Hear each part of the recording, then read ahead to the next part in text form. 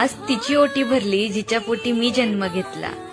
देवा, तुझ्याकडे एकच मागणं आहे, प्रत्येक जन्मी हीच आई दे मला. आई माऊलीची माया, अनमोल माया, ऊन सावली सुखाची, ममतेची छाया.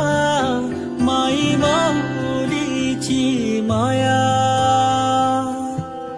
अनमोल माया, ऊन सावली सुखाची,